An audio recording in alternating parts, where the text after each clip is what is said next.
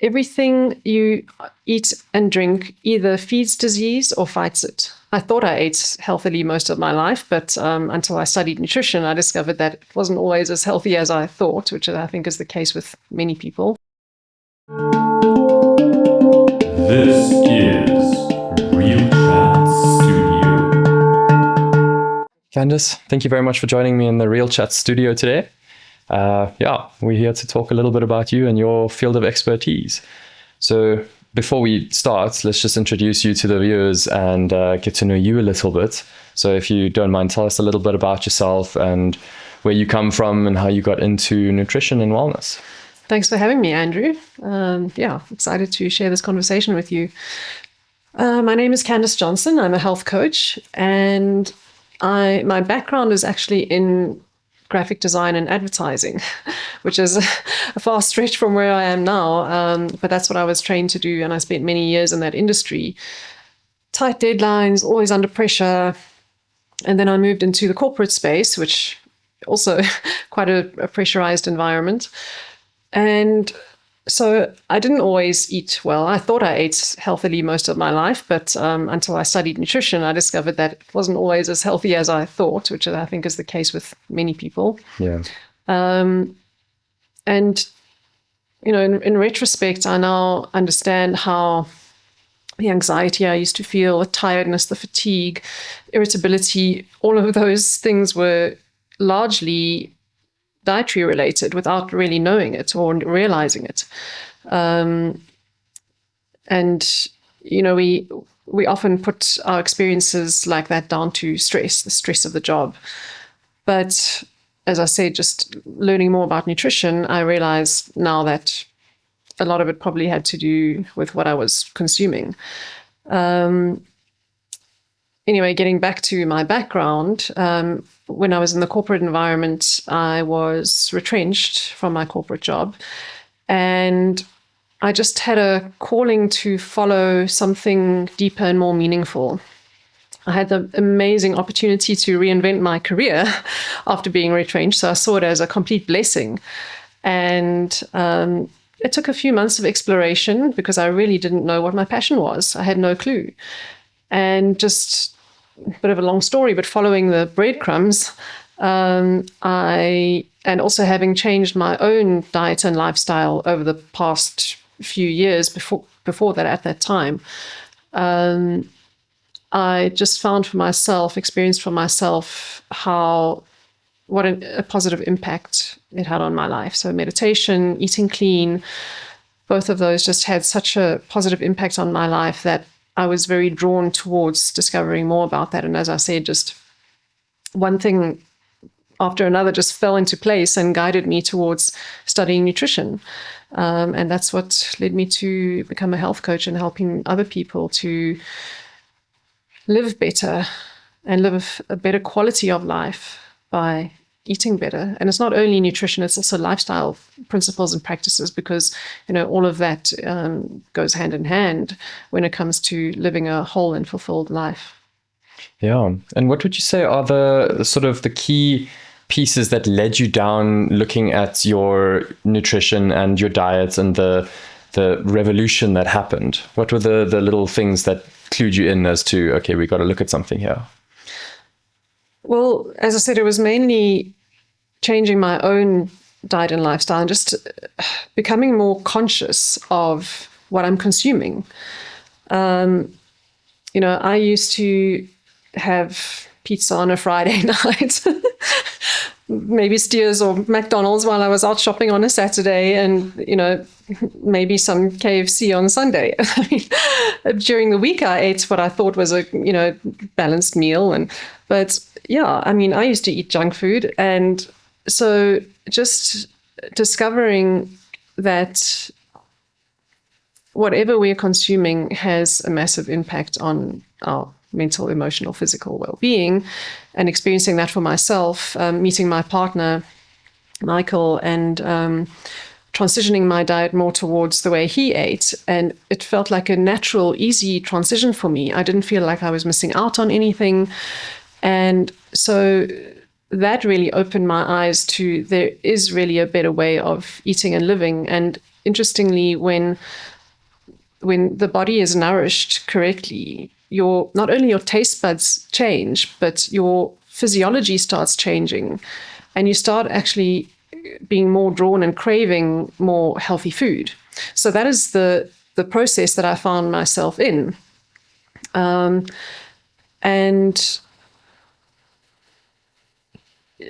yeah, as I said, just after I was retrenched, really looking deeply into what would a new career path be where I could really add value and support people and have a career that involves something more meaningful than what I was doing in the past.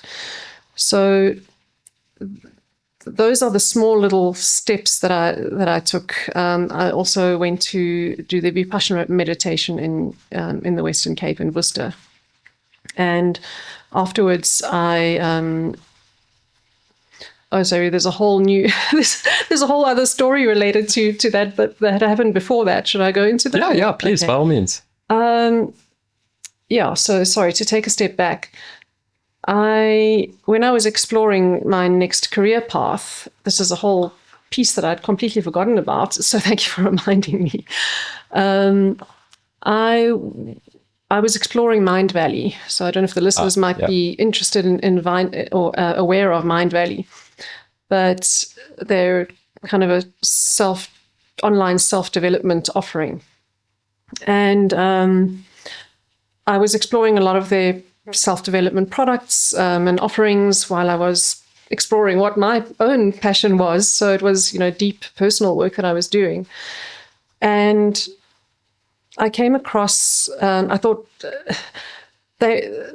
this company offers such amazing products. And wouldn't it be wonderful to work for a company like this? So I went into their careers section at the bottom of their website, and there was actually a position open for a communications manager, which is my past job description, what I used to do in corporate. And but it was for a brand of theirs called WildFit, which is nutrition, eating the way humans are designed to eat. And for me, that felt like a completely aligned fit, because it was my past skills as well as, personal experience of changing my own way of eating. And so I applied for the position and I got an interview. So it was a video interview because they're based in Malaysia. And so I got a first interview, I got a second interview, and the third interview would have been to meet Eric Edmeades, who is the developer and founder of WildFit. And that's when I went to the Vipassana meditation in the Western Cape.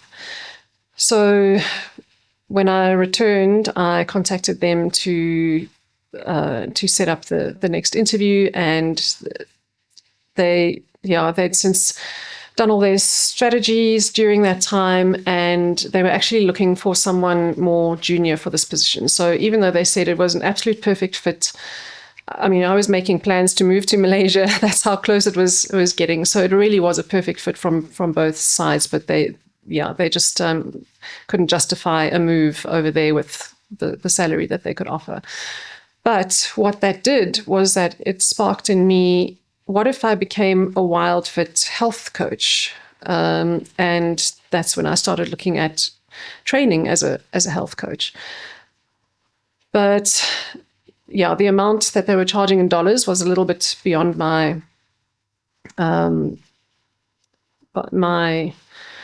scope of possibility. So at Vipassana, I had asked what is the best vegan restaurant in Cape Town, and someone said Mary Ann's. So when I was at Vipassana, I went there and I saw there was a little leaflet on the table that said become a health coach or study nutrition. And so that's what I mean by following all these little breadcrumbs. So a bit of a long story, but yeah, that's the roundabout way of how I arrived there. So, the course with Marianne, she is the most renowned nutrition expert in South Africa. She's way ahead of her time, She's been in the industry for like 35, close to 40 years. Sure. Very, very knowledgeable, experienced. And so, I studied her course with International Academy of Nutrition and Wellness. That's very cool. Thank you for sharing. And yeah, it's always amazing when the breadcrumbs kind of line up and take you down a very synchronous path in life. I've always found that a very fulfilling journey and little pathway to follow. So it's amazing to see that that's the little pathway that you followed as well. Now, before we dive into the main course of today, as per tradition on RealChatz, I ask all of my guests to bring a personal artifact or a personal mantra or philosophy with. And would you like to share a little bit, or please share a little bit about what you've brought with and why it's personal and what it does for you, or what it brings out in you? Sure. Well, that's a very interesting invitation that you offer to your guests on your podcast. So mine is this crystal, and it's probably not something that I would have selected. I was considering another item, but over the weekend I got a very clear message from this particular crystal, and that's why I thought it might be appropriate to share on this podcast. I was sitting in a meditative process, and this crystal invited me to pick it up and communicate with it. And so I asked if it had a message for me. And it communicated with me something about my purpose. And when I put it down, I noticed other objects around me and realized that every single item has its purpose. And we so often just don't, we have so many things, objects in our reality, and we often take them for granted or just don't see them. They all serve a purpose. And so I thanked this crystal for, firstly, I said, thank you for the work that you do. And then I realized it's not work, it's fulfilling a purpose. And everything around me is fulfilling a very specific purpose. You know, the rug that was in front of me is fulfilling a purpose, but so is every single thread in that rug. And then I went into my body, and every single cell in my body is serving and fulfilling its purpose. Every vein, every hair on my head, every pore on my skin, you know, every single thing is fulfilling its purpose. And so is everybody on this planet. Everything in creation is fulfilling its purpose beautifully. And so that is the message that this crystal offered to me, which I felt was quite beautiful. It is. Thank you very much for sharing. There was a little saying that came to my mind of what my dad always says. Different context, he likes it because everything needs to be neat and orderly. But the saying is, everything has its place and everything in its place. Yes. And I think it's a beautiful reminder just to keep in mind that everything in life serves a purpose to further the expansion of the universe, and it is fulfilling a purpose. And we often sometimes forget that we too, as a being here, have a purpose and we have a place, and the universe wouldn't be complete without us. Exactly. I love that. Yeah. And just by us being with, a lot of people search for their purpose. And, going back to what we just discussed, I was also searching for my purpose. But I think a lot of people get stuck in what is my purpose? But just the fact that you exist, that each of us exists, that is our purpose. The mosquito, who often can be seen as irritating, has a purpose. Yeah. So it's all just perfectly designed. Yeah, no, that's true. Okay, cool. So let's dive now into the main course of today. And I'd like to find out a little bit of the kind of work you do with people, because as you were saying, you are now a nutrition coach and you help people discover wellness and health through nutrition in their lives. So tell us a little bit about that. When I studied nutrition, it really opened my eyes to what a powerful tool nutrition is for healing our bodies. So our bodies are designed to actually heal themselves. Yeah. And that is not how we've been raised. We've been, most people have been raised to, if there's an ailment, take medication. And when we are eating correctly and fueling our bodies in a way that our bodies can actually repair themselves, or not get sick in the first place, then there's actually no need for nutrition. And what blew my mind completely was that even chronic conditions like heart disease, cancer, diabetes, which are actually the main killers today in modern society, is that they can not only be prevented, but also reversed completely by nutrition and lifestyle alone. And that is just so powerful. And that's what I'm inspired to help others to understand and experience. And that's why I like making my work very educational, because I believe that, you know, I'm not a dietitian who gives people an eating plan and just say, like, don't eat this, rather eat that. This is what your meals must look like every day. It's rather guidance and also empowering people with the information that can empower them to make different choices. So when we understand exactly what our choices are doing, either for or against our bodies, our health, our emotions, our mental capacity or mental function, then that is when incredible shifts happen. And it's so much easier to make the choices that support us when we understand how our bodies work. And, you know, that's also something we've never been taught. We've never been told how our bodies work. So, you know, it's not only about nutrition, it's also lifestyle. It's really important that we are getting enough natural light to manage our circadian rhythms. We can go deeply into that. But it's a really holistic approach and a natural approach to living a long and healthy and prosperous and disease-free life.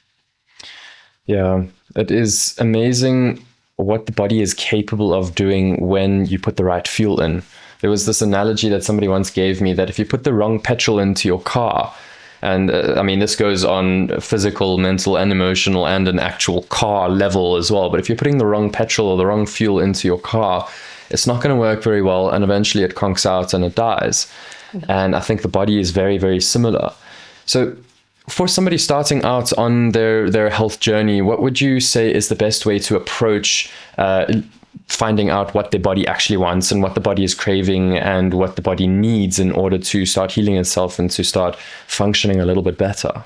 Thanks for that question. I think a lot of people just don't know how to start or where to start. And it's daunting as well. Exactly. Especially with social media. Yeah. There are so many influencers, there are so many experts and health fads and stuff. Yes. And how do we even know where to start and what to follow? It can be very, very confusing. So having studied the basic principles for health and understanding what nutrients we need, we also need to look at who are the healthiest people in the world. And this is what was discovered with the blue zones. Yeah. So if the listeners or viewers aren't familiar with the blue zones, they were identified by a scientist called Dan Buettner, who had been tasked by National Geographic to go and do a documentary on the healthiest, longest living people in the world. So he identified these zones, and they're actually ringed in blue on the map. That's why they're called the blue zones. And they are communities in various parts of the world that have the largest communities of octogenarians and centenarians. Yeah. So, we also need to look at, there are a lot of influencers out there who say you must follow this diet or eat that or don't eat that. But, there's science to support anything. Yeah. If you look for it, you'll find it. Exactly. And a lot of scientific research is actually funded by industries. Yeah. So we can't necessarily, unless we know that the research is completely neutral and not biased at all, then we can consider that as proper evidence. So when we also look at how are people living healthy, long lives that don't rely on any medication, that are still very, very functional in their 80s, 90s, and even beyond, then, that is actual living evidence beyond Dispute. yes, and beyond a study that was maybe done over 5 years or even shorter sometimes. So, we need to consider all the evidence for this. So when I work with people, I share with them the basic principles for a healthy lifestyle, which includes making sure we are getting enough whole foods. Define that for us. What is a whole food considered as? So a whole food is a food that has been, the less it has been removed from its most natural state, the more whole its form is. So if you think about a potato, for example, that is its whole natural form. Now, when we cut that up and make French fries out of it, that is one step removed from its most natural form. If we make potato crisps out of that, that is way removed from its most natural form. So a whole food is in its most natural form, and processed foods go from slightly processed. There's a whole spectrum and continuum on this stuff, on the scale of processing. So we need to avoid processed foods as much as possible, which is becoming more and more challenging in today's modern Busy age, where convenience is king. People lead very busy lives. They don't have time anymore to prepare meals necessarily from whole foods. And so I help them firstly understand how to focus on a whole food way of eating that is not complicated, difficult to prepare, and also help them to make sure that they are getting a wide variety of all the nutrients that the body needs. We need the diversity for our gut microbiome. Health is very focused on our gut health, or dependent on our gut health, shall I say. Our brains are dependent on our gut health. Yeah. So, we need to make sure that we are getting the right kind of fuel in our bodies. And so that's what I help people with. And what I like to do when I work with them is first do an in-depth health assessment. So that's like a 90-minute assessment of exactly where they are, what they're eating and drinking every day, what symptoms they might be experiencing, what are their main concerns about their health. So it's a really holistic approach to treating them as an individual, and then guiding them through the correct principles to start introducing into their lives. Are they on supplements? Are they on medication? What supplements are they taking? Educating them about the side effects of the medication that they're taking, because there are always side effects. So if we can also help people to get to a place where their bodies just start coming back into homeostasis and start healing themselves, then often there's less need or no need for medication. Yeah. I love that you look at people as an individual case as well, because I have always had a little bit of a gripe with the medical and pharma industry, where they have a textbook answer for people, and it's like, oh, okay, cool, you've got X, Y, and Z, so this is the answer. Whereas they don't look at the individual behind the little lines that they're reading. And I find it so important that you actually see what the individual is doing as a person, not just what they're thinking and feeling, but also what they're eating and on a daily basis. Because a lot of people don't even realize the tiny little things that they eat or drink or consume that negatively impact their health. And it's just a negligible thing because, eats a little sweet here or there. And it's not even something that registers, but it's actually hidden sugars and that kind of thing. And so to guide the conversation back to what you were saying, so it's to avoid processed foods and eat as much whole foods as possible. And then what are the next little things to guide our listeners on a little health journey or self-discovery journey? Yeah, so where I actually like to start people off is a very, very basic principle that most people really misunderstand, and that is fruit. So in the past, I barely ate any fruit either. And fruit our bodies need glucose to function. Yeah. Okay, so fruit is the most cleanest, most usable form of glucose. And many people say, but what about all the sugar? Yeah. it's natural sugar. And so is sugar cane. Yeah. So what makes the sugar in fruit and the sugar that table sugar different, or sugar that's in processed foods different, is that it's in its most whole natural form. It's food that nature designed. Yeah. And our bodies are natural beings. We are designed to work with food that was created by nature. So when we're eating fruit, it is attached to the fiber, and that is what makes our blood sugar stable. It doesn't spike. Yes, your blood sugar might rise, but it's not going to spike like a processed sugar will.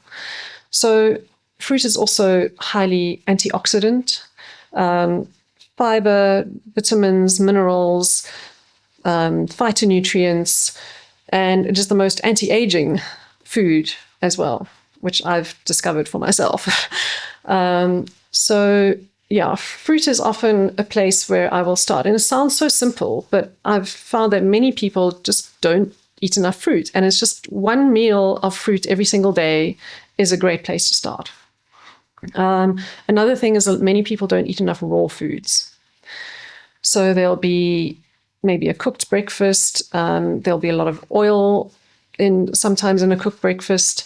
Then we might have leftovers for lunch, and then another cooked meal in the evening. So raw food contains a lot of,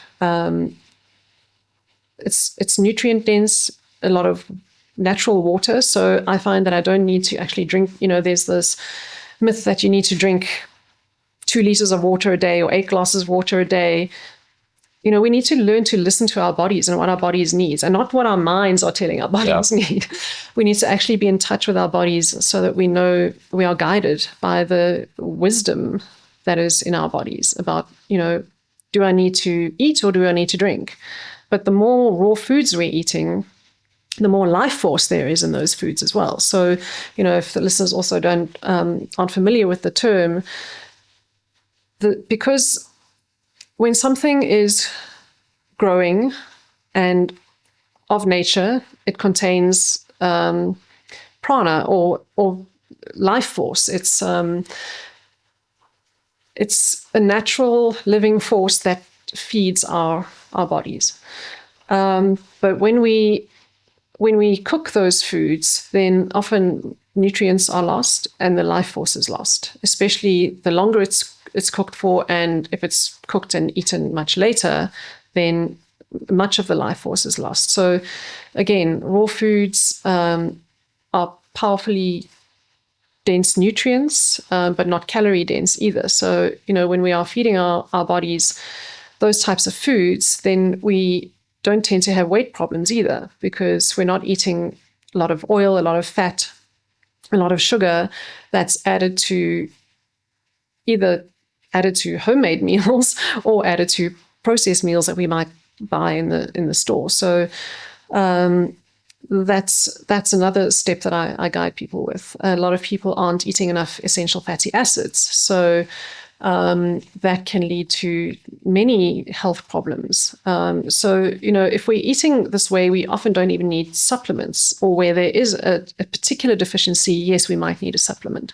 But if we're eating a wide variety of foods that serves our body's needs, then we need very few supplements, which don't actually work very well in the body anyway. Pharmaceutical supplements are only about 5 to 10% effective in the body, because again, they are isolated nutrients that have been extracted, that are chemical extractions. And again, our bodies are designed to work best with natural forms of vitamins and minerals instead of artificial forms. Yeah. And that's why our bodies can't always assimilate and absorb pharmaceutical and chemical supplements or nutrients.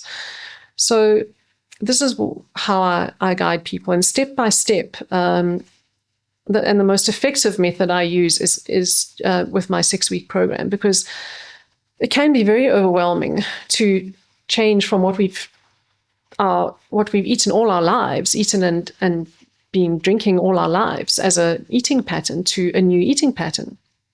And so I like to introduce one step at a time. So it's not overwhelming. People understand exactly why they're making these choices and what it's doing for their bodies and doing for their health. And then it's just amazing. The results can be very, very quick, actually. The results that more energy, more mental clarity, sleeping better, aches and pains starting to dissolve. And it can happen within a week, 2 weeks, just from making small changes over 6 weeks. And then obviously the positive effects compound the longer someone continues with this way of eating.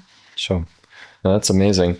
With the way that we engage with our body, I think it's essential to be aware of those different little things. And I love the way you bring it out in a 6-week course, because as you said, it sometimes can be very daunting to all of a sudden do an overhaul, because it is an overhaul. It is something that we were never taught in school. I mean, I was raised in a school where we had a little tuck shop, and as a kid, I didn't know any better. So I used to go and spend my tuck shop money on little chocolate sticks and all these little different stuff. And I was a chubby little kid. And yeah, it was only much later that I started to realize that there are little things that I need to tweak in my diet to change that. But it was something where it was difficult, because certain foods create cravings in your body and they create desires, and it's like, oh no, I need that fix. I need this thing, and your body's like, okay, telling you to go and do that. In the meantime, sometimes it's not so much your body telling you need this, it's more the bugs or the bacteria or the things that are living inside of your body that need that specific food to survive. And so they trigger out different releases in your brain and in your gut to say, okay, go and get that food, go and get that food. And it triggers impulses in our body.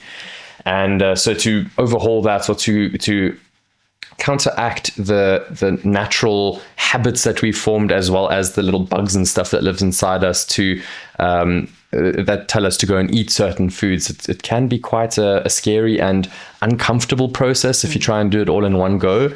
And so doing it over a prolonged period of time is quite a nice way of doing that. That feels a little bit more gentle as well. Yeah. And then you get to appreciate the journey a little bit as well. And yeah. I would also like to touch on the physical vitality. I mean, this is something quite well known and very often discussed in nutrition. I mean, everybody knows if you eat X, Y, and Z, then your body will feel better. But let's develop on that a little bit, because you were saying the effects on your mood and your focus and mental state of being are something that is quite pronounced as well. And I think that's something that's not often discussed about. So let's touch a little bit on the physical side of things, just to clue those people in who are starting their journey out. And then let's delve a little bit more into the mental and emotional side of things, because I think that's where the real juice and the power lies, where people don't really realize how much of an impact that has on their life. Yeah, I love that question. Thank you, Andrew. Yeah, I think it is greatly underestimated.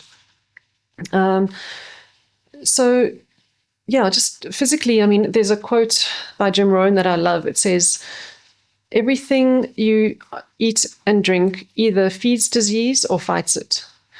And when some people hear that, it's like, phew, the penny really drops, because, we often just unconsciously consume, or even if we believe that we are eating a healthy diet, it's not always the case, as I discovered for myself as well. So physically, just physiologically, the body does need certain nutrients and a wide variety of nutrients to function properly. I've seen clients, their blood pressure normalizing with diet and lifestyle alone. My own mom had a condition called bursitis, which is any condition that has an itis at the end, like sinusitis, arthritis, those conditions that have itis at the end is always inflammation. That indicates an inflammatory condition. Okay. And so the foods that we eat can either cause inflammation or lower it. And we're getting into a bit of physiological physiology lesson here. Please, we're here to learn. Most people's diets, I find when I go through this health assessment with them, is that they're acid forming. Even when people are eating what's considered a healthy diet, it's often too acid forming. And what that means is that the foods that we're consuming leave an acidic residue in the blood pH.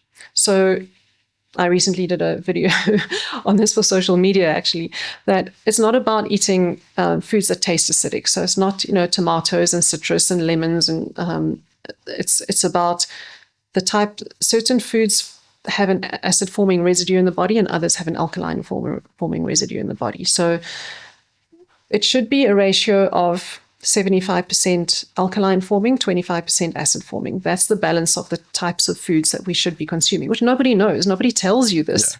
Yeah. How do we know what's acid forming and what's alkaline forming? But the body tells us, because if you're inflamed, if you're achy and painy and sore, if you have health conditions, it's most likely a predominantly acid forming diet. So what I help my clients do is switch that ratio from predominantly acid forming to predominantly alkaline forming. And we do still need some acid forming foods in the diet, but in moderation. It should be the correct ratio. And so that's what I help guide them towards, so that they understand the difference and can make choices accordingly. And just amazing changes start happening in the body really, really quickly. That is one physiological response. Just on a quick little side tangent, for somebody who doesn't know what an acid forming or an alkaline forming food may look like, or what it presents as, give us a couple of examples of what is acid forming and what is alkaline forming. Okay, sure. So all fruits, uncooked fruits, so raw fruits, vegetables, some nuts, so almonds are alkaline forming. Some grains like millet are alkaline forming, and most other foods tend to be acid forming. So dairy, meat, most grains. Eggs are also acid forming. I love my eggs. But again, it doesn't mean you can't have them. Yeah. It's how many are you having? So most people will I always like to do this exercise with clients, or in a workshop environment, is going through, what did you have for breakfast today? So most people will say toast, maybe bacon and eggs, or wheat bix, or cornflakes, or all bran flakes, thinking that they are being healthy. Yeah. But then they'll have that with milk and some sugar. All of that, highly inflammatory. It's gluten, which is inflammatory. Processed gluten, actually. Yeah. Processed gluten, sugar, the dairy that's added, more sugar added maybe to that breakfast. You're starting your day off with an inflammatory diet. And then, lunch isn't necessarily much better, and supper might not be much better.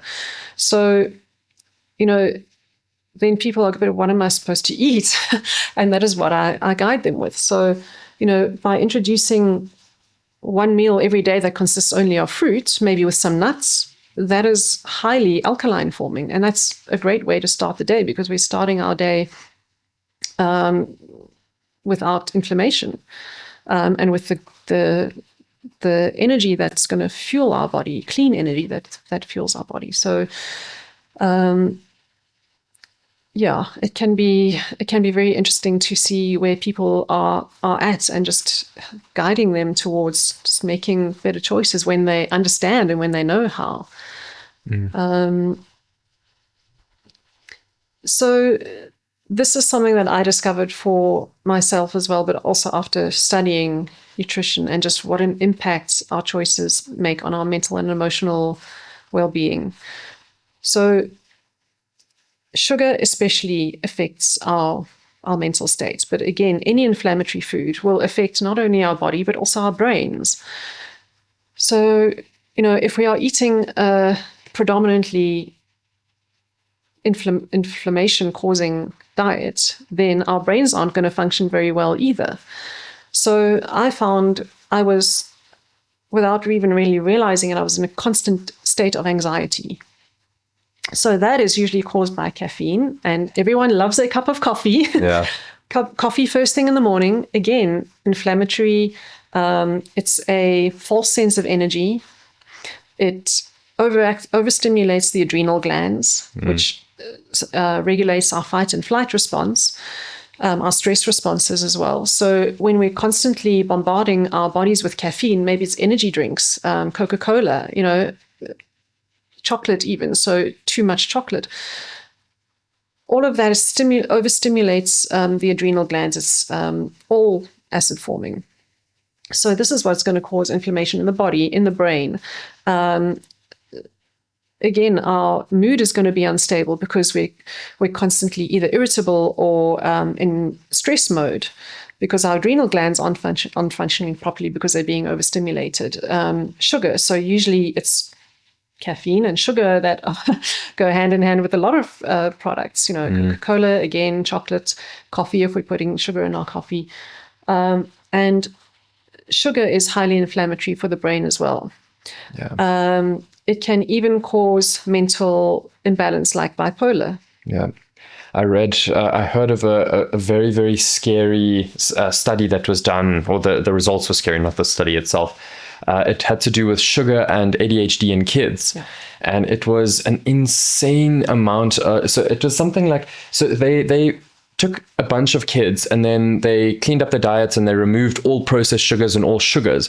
And I think it was something like 80% of kids who were previously diagnosed with ADHD, after, I can't remember the time period that it was with the sugar removed, but after the time period elapsed, the kids could no longer be considered as medically diagnosable with ADHD.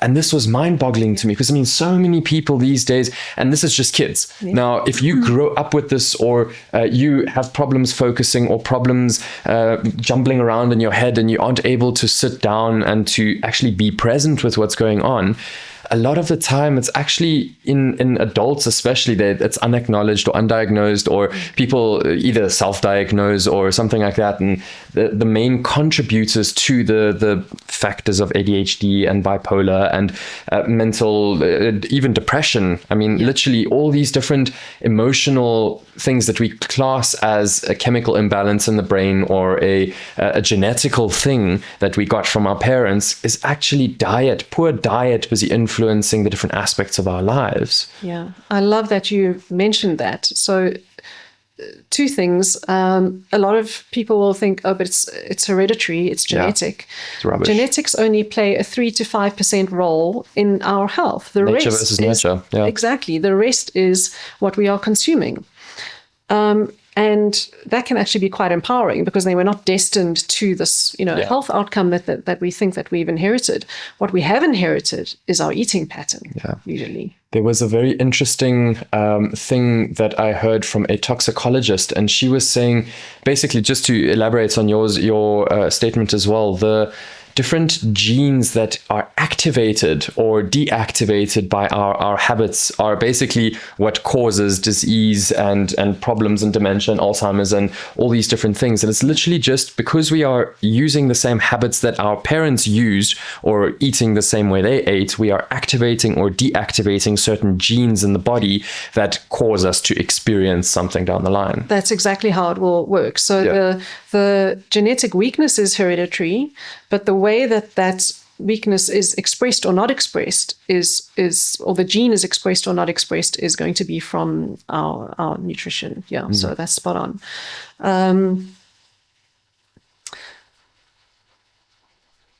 We were on another thread that I was going to... Sorry. No. But yes, sugar especially major effect on the brain. And most kids will be medicated instead of Ritalin, Concerta, yes, all the which things never addresses the cause. And as you clearly indicated from that study, and there are many, that just changing the diet can help to reverse those conditions. And sugar really hijacks the brain function. It activates our reward centers. So that's what you were saying earlier, where you just crave more and more of those kinds of foods because your brain, when we consume sugar, then it's just a release of dopamine. So our brains tell us, oh, this is delicious, this is good, I must have more of it. And so it becomes this vicious cycle of needing more, wanting more, having more, and then again, so it becomes a complete addiction. And especially with children, sugar impacts the parts of their brains that are not yet completely developed. So they actually can't make decisions properly. They make poor decisions. And yeah, it creates undesired behavior patterns, and the child is blamed for it when it's actually the diet. So yeah, very, very powerful. Okay. And then tell us a little bit about a little bit more on the mental clarity and how the nutrition in the body, because I know there's a big relationship between the gut and the mind, or the brain. And somebody once told me that the brain of the body is the gut, and then the brain of the human self is the brain, or the computing system. So tell us a little bit about how nutrition impacts these different centers and how that stimulates or degenerates our mental and emotional well-being and state of being. Amazing question. Thanks, Andrew. Our gut microbiome relies on diversity. So if we're eating a diet that is highly processed and we're not getting enough nutrients, then, as you said, just like fueling the car, what you put in is what you're going to get out. So if we are eating foods that contain very little or no nutrients, then how is that feeding our body and our brain? It's not. So, when we're eating healthy whole foods and a wide variety of healthy whole foods, that is when our gut microbiome thrives. And if that feeds our body and our brain, then we can absorb those nutrients and our brain is fed properly. Stress also actually plays a role, and stress and nutrition play a role. So our bodies, our gut excretes certain enzymes that help us digest food.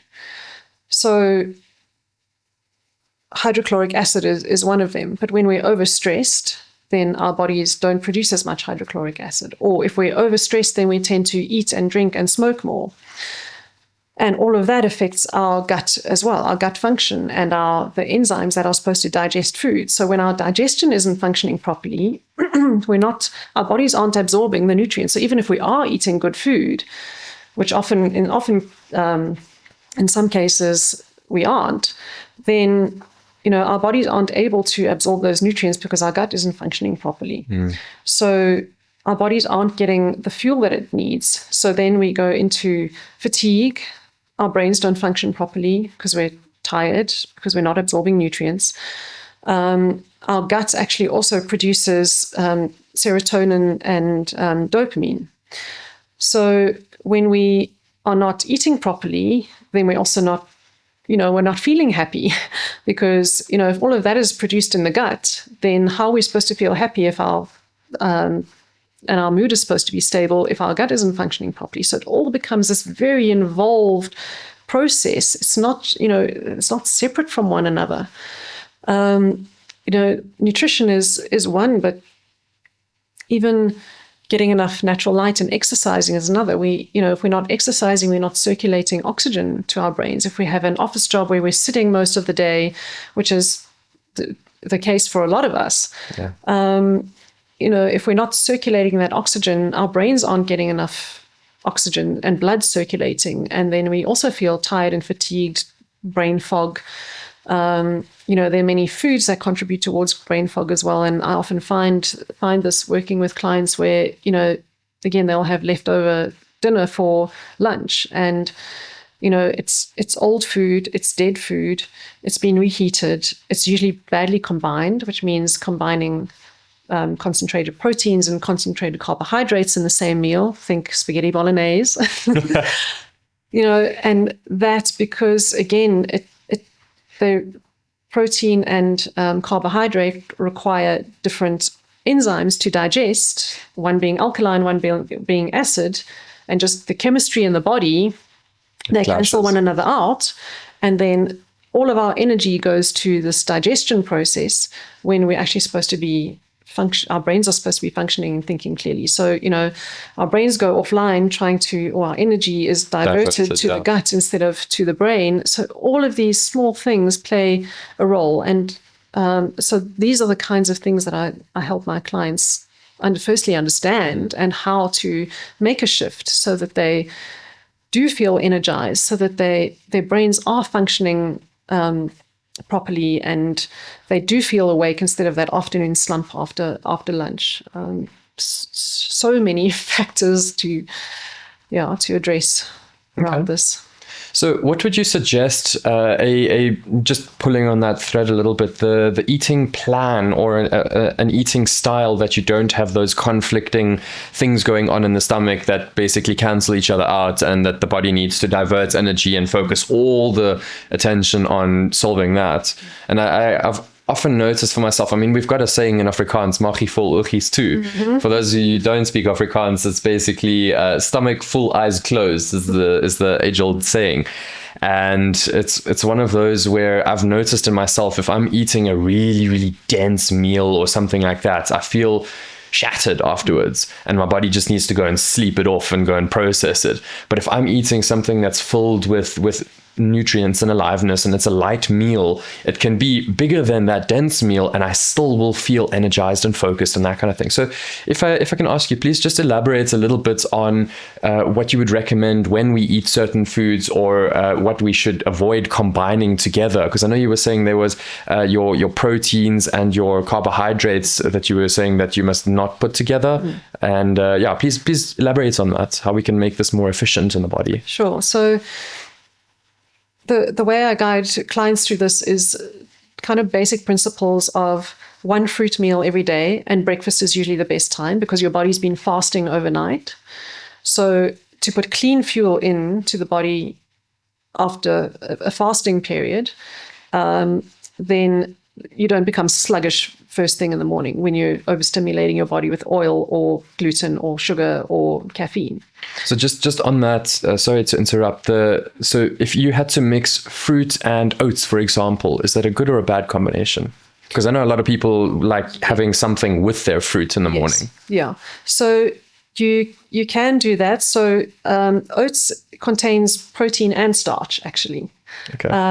So there are certain foods that are neutral, but others are paired better with others. So because oats is predominantly carbohydrate, then it would be better to combine it with what's considered sweet fruits. So if we're getting technical again. Oh, please. Fruits are even categorized into sweet fruit, which would be things like bananas, dates, raisins.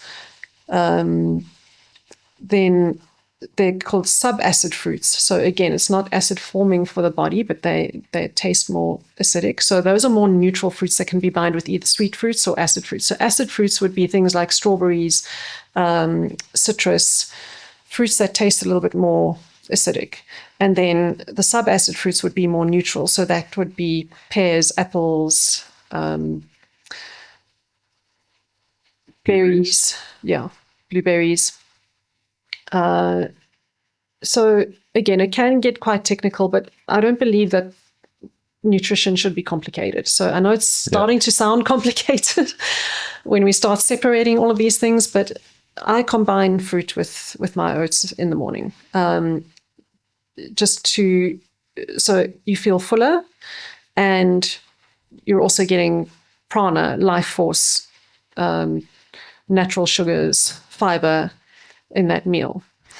Then for lunch, so if you're going to snack on anything, also snack on something raw.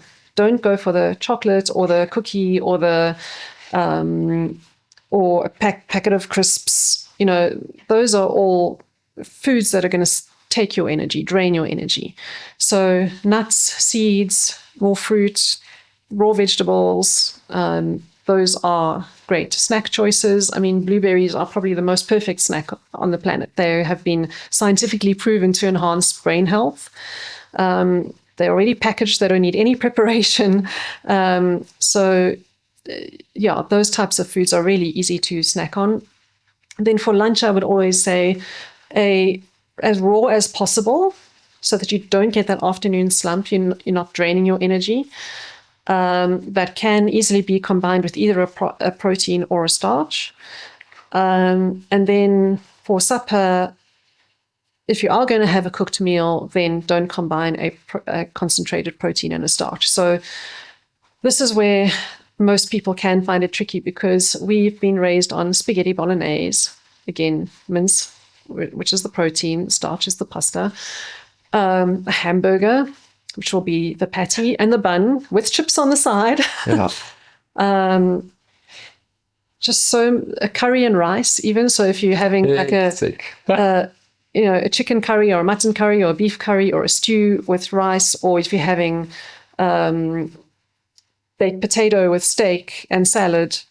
So if you're going to have that kind of meal, then have the steak and the salad together, or have the baked potato and the salad together. But don't combine the protein and the starch, especially heavy, rice or potatoes or pasta or bread with chicken, fish, meat. Sure. I'm just thinking, because I love a good curry and rice. Like it's one of those things it's a hearty meal for me. But I have also noticed that sometimes after eating that, I'm either a little bit tired, or very, very rarely nowadays, a little bit of indigestion or something like that. But like as you're busy going through it, I'm like, oh my gosh, I do some of these things in my current life, and I'm like, oh, okay, gotta go and upgrade a little bit.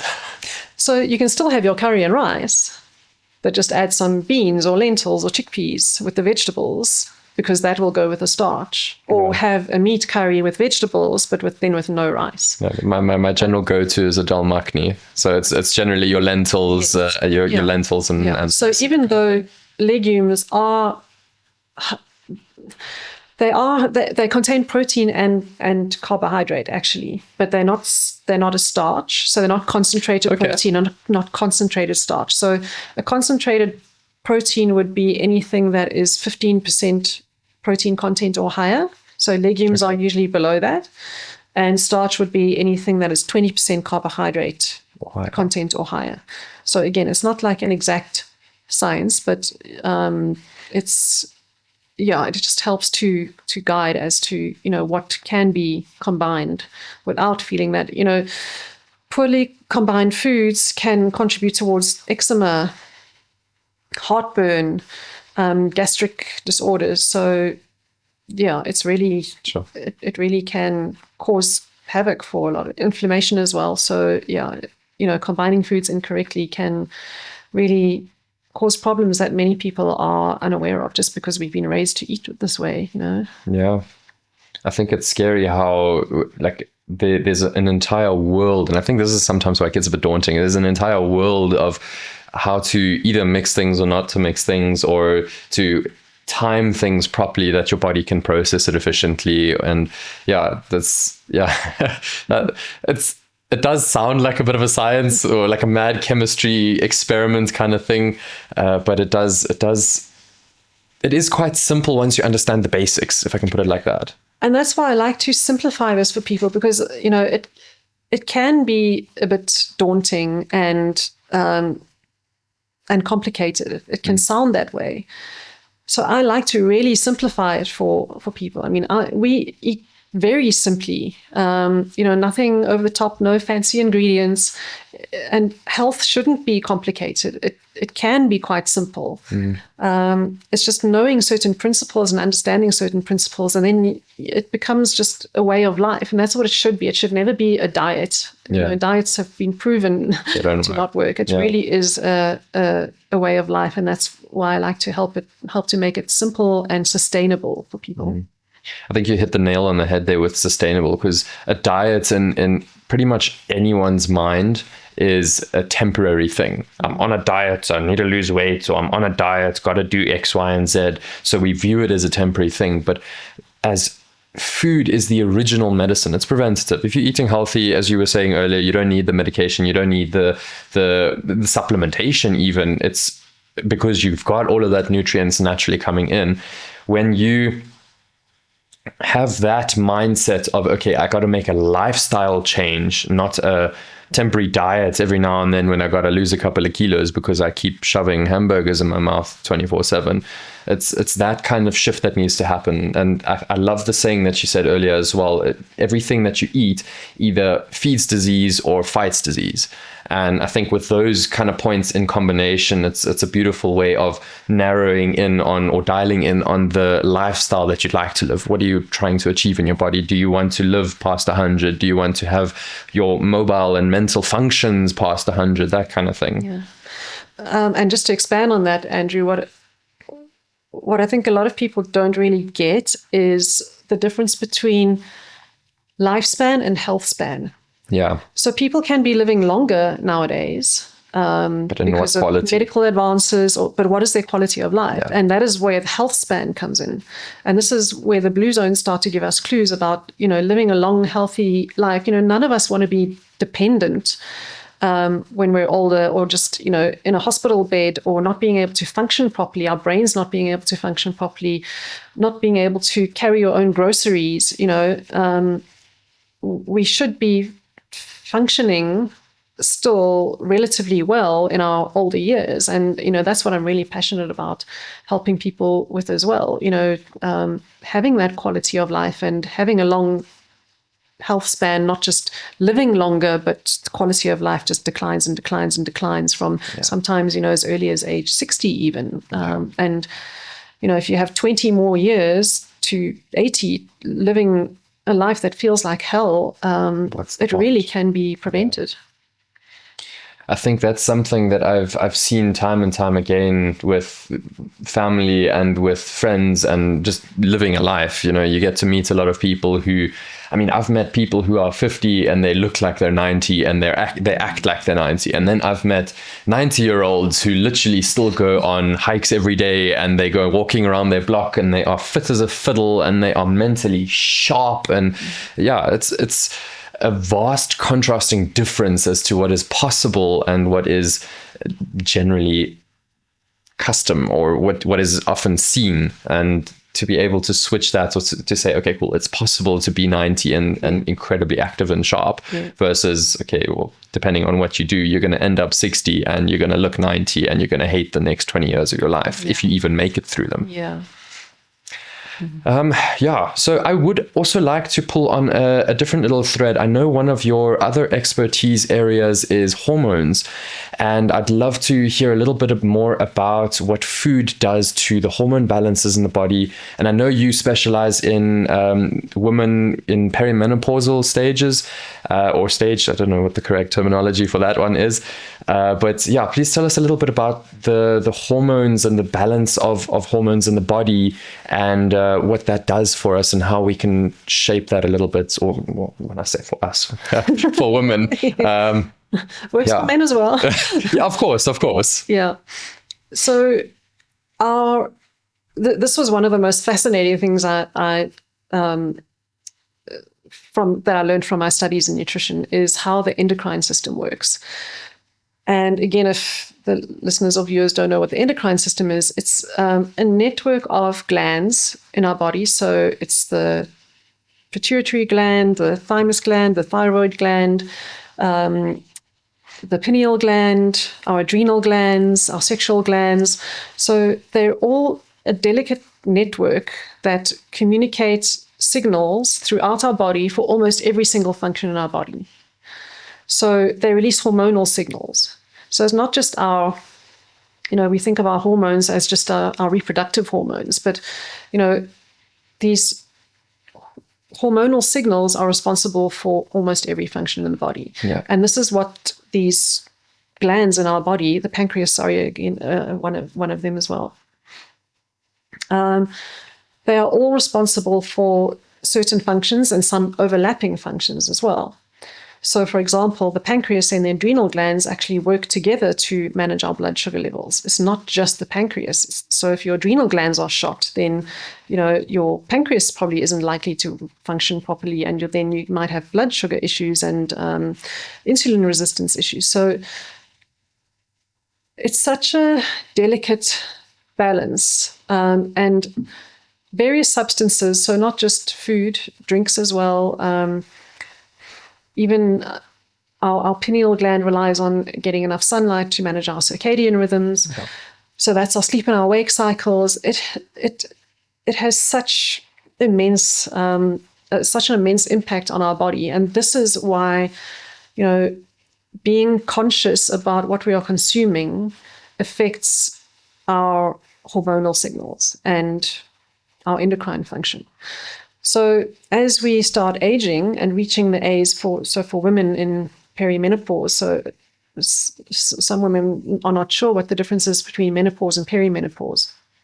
So just to clarify that in case anyone's wondering, is perimenopause is when the hormones start fluctuating and start to change and start diminishing.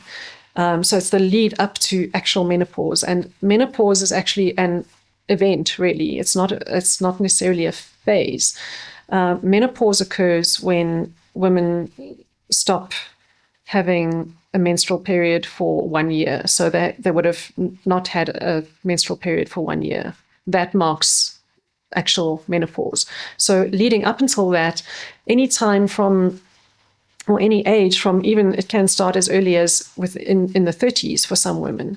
But it's usually around 40s, like mid-40s and maybe early 50s, that women tend to experience typical menopausal symptoms like the hot flushes, the night sweats, depression, even irritability, frustration, dry skin, hair falling out. There can be many, and every woman's different. Some women experience different varying degrees of some symptoms and some not.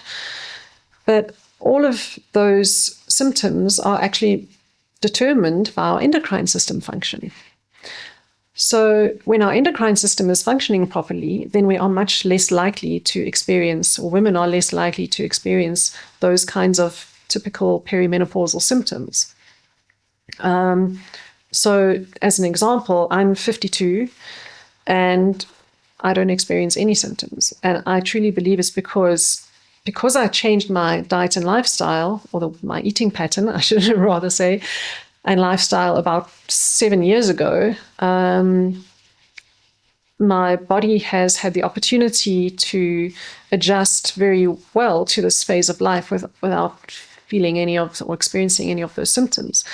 And so that's what I want to, or what I love supporting women with as well, to understand that this is how their bodies work. A lot of women will think, oh, it's my hormones acting out.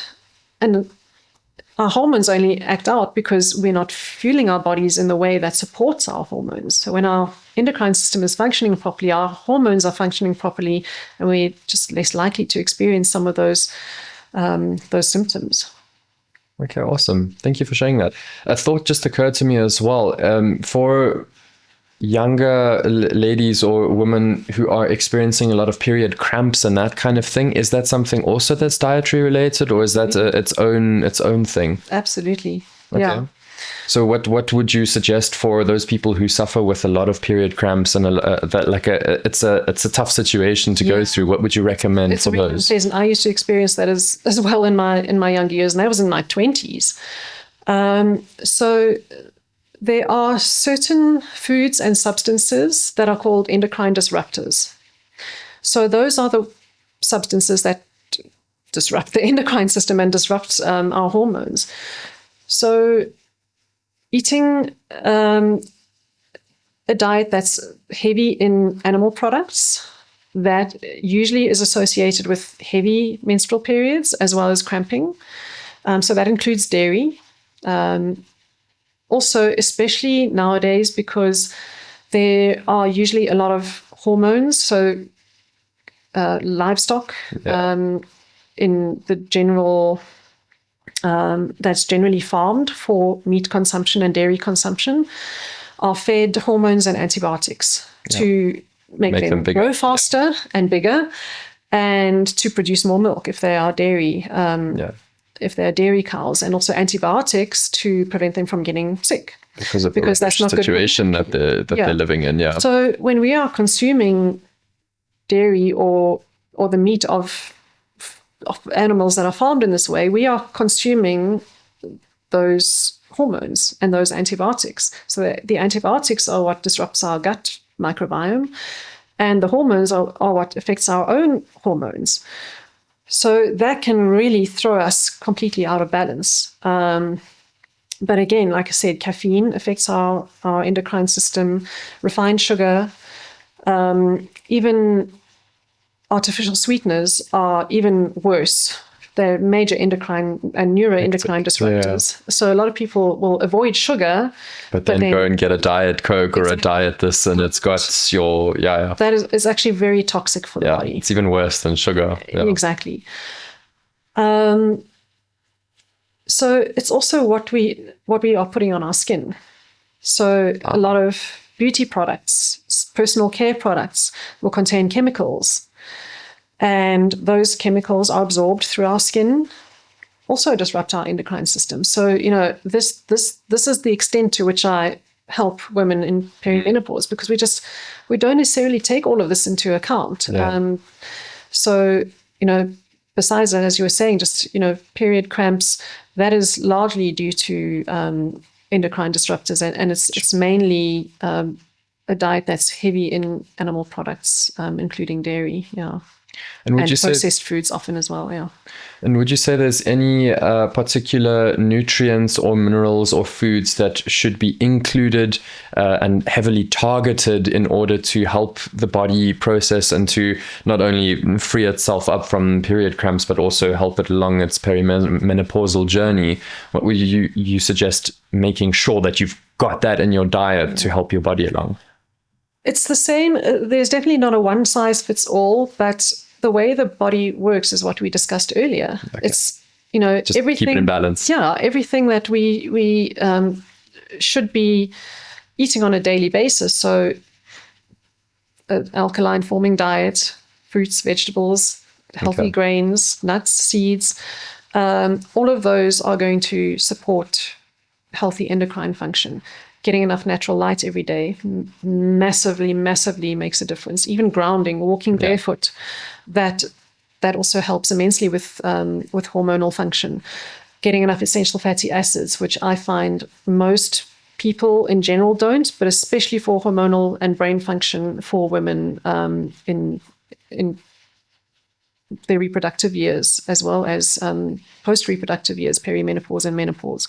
Many of them don't get enough essential fatty acids, and those are essential for hormonal function as well. So, this is why I really like to, as I discussed earlier, take every case and see exactly what someone is consuming. Where it's playing detective, really. Yeah. Where are the gaps? What could they be doing better? What are they already doing well? Where could they improve? So, it's really offering that. Seeing where they're at and offering that support to see where the gaps are to support them even better. Okay, awesome. Thank you very much. That was quite insightful. And then I've got a little bit of an controversial and interesting topic that I'd love to get your opinion on: fasting. So there's obviously a lot of research that's been done for the differences between men and women, and is fasting good for men and women equally, or is it to be kept in different regards, as well as is it actually good for you? And what is your take on it? Do you partake in fasting, and if so, is it a regular thing? Or share a little bit about that, please. Thanks, great question, because I think there is a lot of controversy around that. Fasting is massively beneficial for health. Again, it can, because when we're constantly consuming nutrients, whether it's good nutrients or poor nutrients, our bodies are constantly processing. So if we think of our bodies like a factory that's constantly producing and working, when we don't give it a break and allow some time to clean the factory out, sweep the floors and wash the windows and oil the machines. I love that analogy. Then, or even like servicing your car, we use that analogy in this conversation as well. When you don't take your car in for a service, then things are going to start breaking down. So fasting works the same way. Our cells need the opportunity to repair. And so when we are not consuming nutrients, then our bodies get that break from constantly processing. So many people think I'll never, I used to be like this. I get hangry if I don't eat for like an hour, or if I skip one meal. And those are actually the people who need a fast the most. Yeah. And humans can actually go up to 40 days on a water fast only. Should be supervised. Yeah. So any fast longer than 3 days should be supervised by a medical practitioner, or not only medical yeah. practitioner, but a practitioner who understands fasting, who studied fasting, who, yeah. So in my studies on fasting, it's hugely beneficial, especially for people with chronic conditions. Okay. So again, it can heal and reverse chronic conditions that once eating correctly afterwards, that's a very important part of fasting. We can't, eat junk food and then fast and then go back to eating junk food. That isn't really the point. Yeah, exactly. So yes, it does give your body a break from consumption, but there's even a preferable way to lead into a fast and lead out of a fast, which benefits the body the most. Again, raw food is part of that, fruit is part of that. But for your question about fasting for men and women, it's equally beneficial for both. So, in my studies on fasting, it doesn't affect women negatively, even when they're on their menstrual cycle. So especially when they do have a chronic condition that they need to or want to address in a natural way without taking medication, then fasting is a very effective way to do that. So everyone should be intermittent fasting for 12 hours, which is easy to do. Is that now a daily routine or something that you would do once a week? Daily, because if we eat our last meal at night early enough, so if your last meal is at, say, 8 o'clock at night and you only eat breakfast 8 o'clock the next morning, you fasted for 12 hours. So it's actually quite easy for all of us to do. It's when we eat, snacking late at night. So some people do like to intermittent fast and delay their breakfast meal, which is fine, but it depends what we're putting in our bodies that first meal. If it's a cup of coffee, then again we've cleaned out our system, but then we're put in something inflammatory, stimulating our body first thing in the morning. So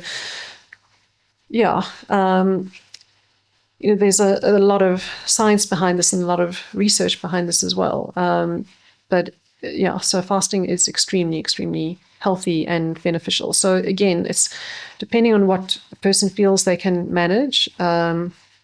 If someone does not want to go the route of medication and surgery for a chronic condition, a supervised fast is extremely beneficial. But even just a detoxifying diet as a start is going to benefit. Get rid of stuff, to release toxins.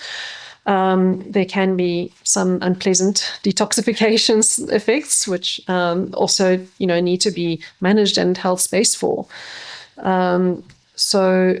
It can become quite an interesting process, but it is and also a lot of people, what they don't understand about fasting is they'll do a juice fast, for example. That isn't fasting. It's not fasting, No. So a true fast is water only, and pure water only, not tap water, because that's just full of chemicals. Would you be able to do a water fast with tea as well? Because I know there's a certain calorie count. Like if you put milk in there, then that breaks your fast. But there's a certain calorie count that needs to be underneath that in order for your digestion to be triggered. And from my understanding, the whole point of a fast is to avoid the digestion being triggered, because that's energy going into creating stuff to digest. Yeah, that's a great question. It depends how strict a person wants to get about it. Even a true fast should be like water only, Okay. not even any tea, because there's still some. So a lot of people will cleanse with herbal teas, which can cleanse, but on a true fast, it's still processing.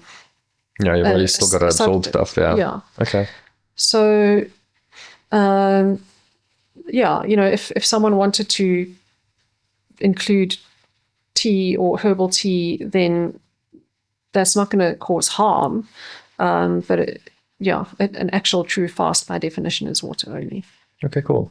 And I would like to draw the differentials between intermittent fasting and like a long fast. So obviously the intermittent fasting is something that you recommend on a daily, get your 12-hour gap in. I know some people like it a little bit more, some people like it a little bit less. For men and women, as far as I understand it correctly, intermittent fasting must be approached on an individual basis over there, whereas the actual long fasting is a little bit more where my interest lies, as to the regularity or how often would you suggest somebody actually undertakes a long format fast? Well, in my studies on fasting, it's always beneficial to do some kind of cleanse. So, even a weekend fast can be beneficial. But the experts say that, especially for healthy people, 10 to 15 day fast once every 5 years is actually more beneficial than, many smaller fasts. Hectic. Why is that? Because your body is able to release more toxins and get a deeper cleanse and cellular regeneration from a longer period of fasting than shorter. So yes, there'll still be some cellular regeneration and detoxification with a shorter fast, but because if that window, the smaller the window is, the less opportunity the body has to regenerate. So the longer the window, the more the body can actually start healing itself. Okay, that's quite interesting. And then obviously you were saying as well, the longer past 3 days, the longer the period is, there needs to be some sort of supervision. So is there anybody that you would look out for, not an individual per se, but like, are there people that you would recommend going to, like a dietitian or a coach or a medical specialist? What are the kind of people that people should look out for and say, okay, cool, if I want to do that for myself, those are the kinds of people I will seek out in order to assist me in this? So it needs to be somebody who is experienced and qualified in understanding the fasting process. So yes, it can be a medical doctor, but if that medical doctor has never fasted themselves or undergone their own fast, some medical doctors even say fasting is dangerous. So, there is some health hydros do it and offer fasts. So as long as if someone is interested in a prolonged fast, a supervised fast, then it needs to be someone who is a fasting practitioner, not just any doctor, or, they need to really know how to monitor a fast, because once we get past a certain point of fasting, electrolytes can be depleted.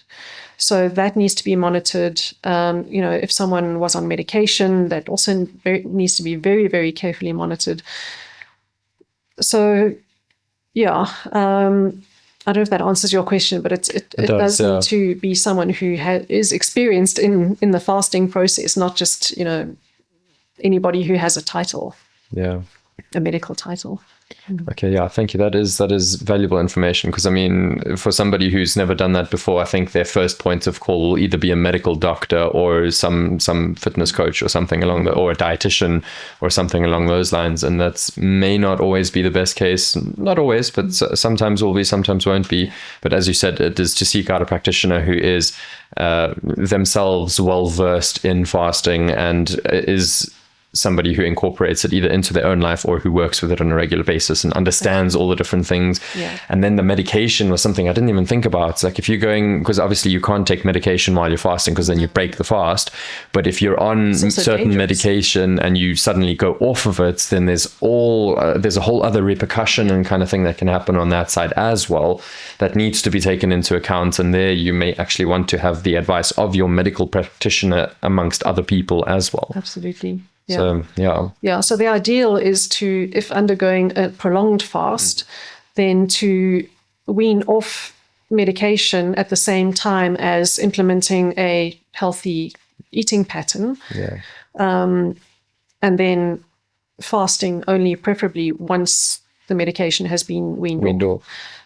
Or in conjunction with a fasting practitioner that can manage the medication. But yeah, usually medication during a fast can be quite dangerous. Detrimental. Yeah. Okay, cool. Well, thank you very much. Is there anything else you'd like to share, or if there are any little points that you think are really valuable for our listeners to get before we wrap up? I think we've covered quite a vast topic. Vast diversity of topics. So hopefully everyone's heads aren't spinning. But yeah, I think, I mean, as I've said before in this conversation, just the one thing I'd like to leave people with is that it's never too late, never, ever too late to lead a healthier life. The body can respond really, really quickly to a healthy way of eating and living, and that it doesn't have to be complicated.